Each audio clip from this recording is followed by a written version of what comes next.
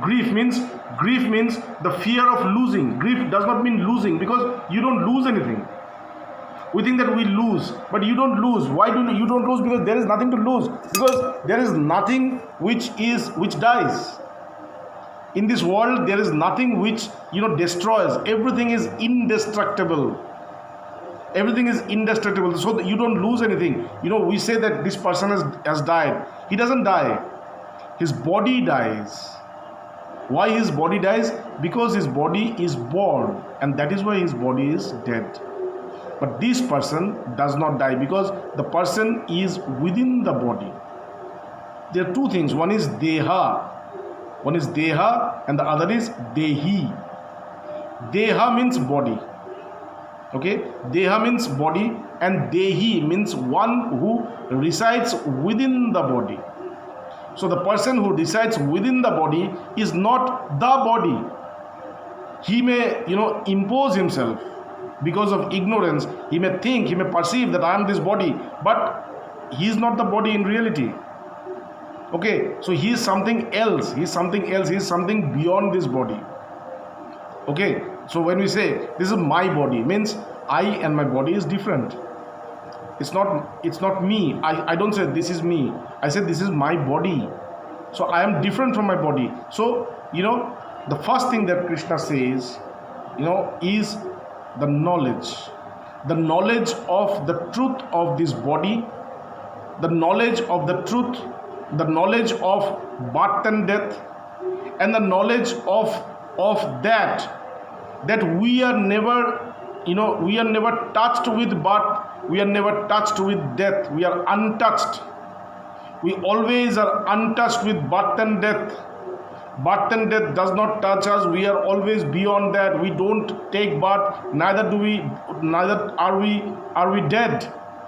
So first of all, he started this with a little bit of anger.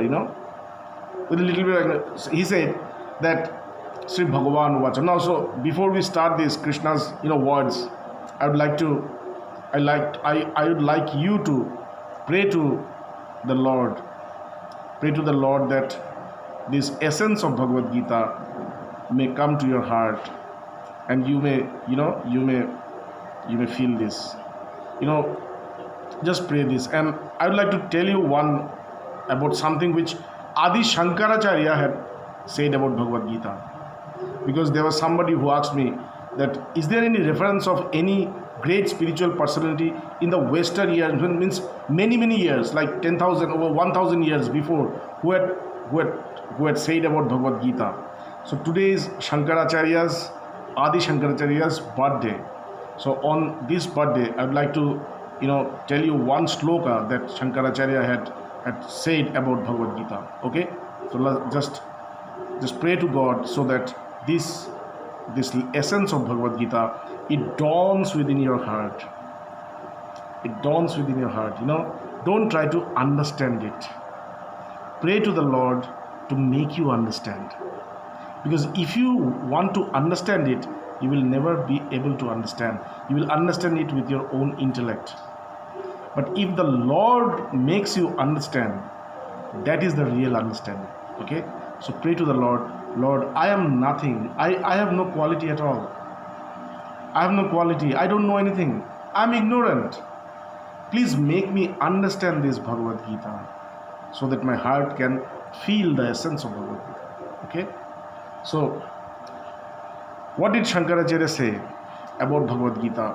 Shankaracharya said that Bhagavad Gita kinchidadhita. Like people who have come to Varanasi, you might see that people go to Ganga and they take a little bit, one drop of water in their hands and they drink it, or they put it in their body. So what they do is, with this one drop of Ganga water, just by drinking this one drop of Ganga water, they become pure. Their body becomes pure, their mind becomes pure. Okay, they don't need to drink like buckets of water. Just by one drop of water, their whole body, their whole mind is purified. Okay, so Bhagavad Gita kinchidadhita Ganga Jallava Kanika Pita. Like one drop of Ganga water, purifies your mind, purifies your intellect, purifies your body. In the same way, a little bit of knowledge about Bhagavad Gita, a little bit of understanding about Bhagavad Gita, in the same way, purifies your whole life, purifies your whole heart, your intellect, your mind, your body. Just a little bit, in one place also, Krishna had said, Salpamapyasya dharmasya trayate mahato bhayat. If you can practice a little bit of what I'm saying, all this, I've said this whole knowledge. I've said you the whole knowledge. In this whole knowledge, if you can practice one of the verses that you like in your life, if you can make it your day-to-day practice, then you will be saved from many big sufferings. Okay? Salpamapyasya dharmasya trayate mahato bhayat. So, the same thing, Shankaracharya says that Bhagavad Gita kinchita dhita Ganga jallava kanika pita. If somebody just understands a little bit of Bhagavad Gita, then his whole life, his whole heart, his whole mind is purified. So let us come into Bhagavad Gita. Okay? So here now Krishna has started to speak, because he has to dispel this darkness from his mind. This guy is completely dark now. His heart is completely covered with darkness, and he doesn't see what is good or what is bad, what is the truth. He doesn't see, and he refuses to see this.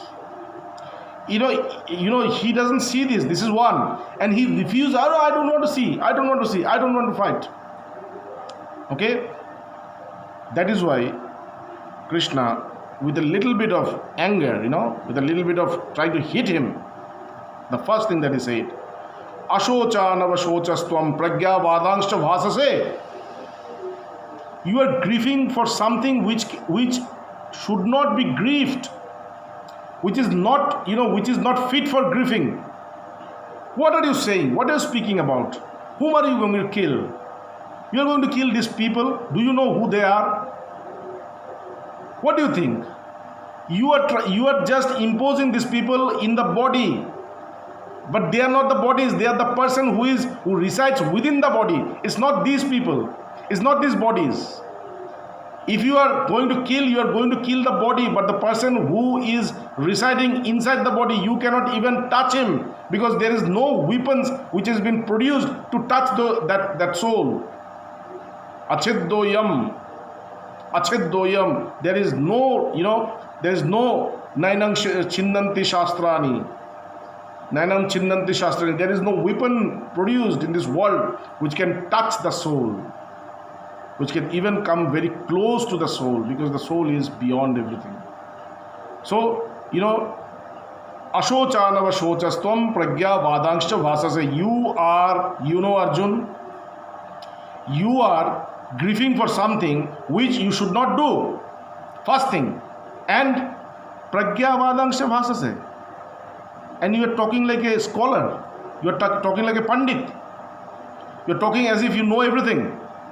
And you are doing just the opposite. But you don't know one thing. You don't know one thing. What do you not know? Gata suna agata sunascha.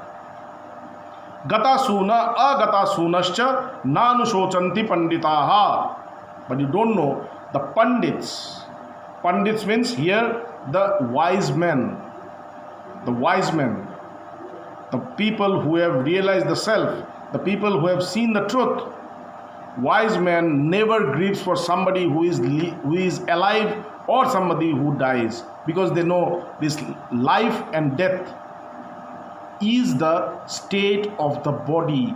The soul is beyond this. The soul does not, get touched, even touched by this, this life and death. It is just the, qualities of the body. And you are not the body, neither am I. Gata suna agata sunascha Na anushociti shochanti panditaha. You don't know that the real wise man, you are talking like a wise man. You speak as if you know everything. What is going to happen? What is going to happen? Not happen. You're speaking like this, and you refuse to even see the truth.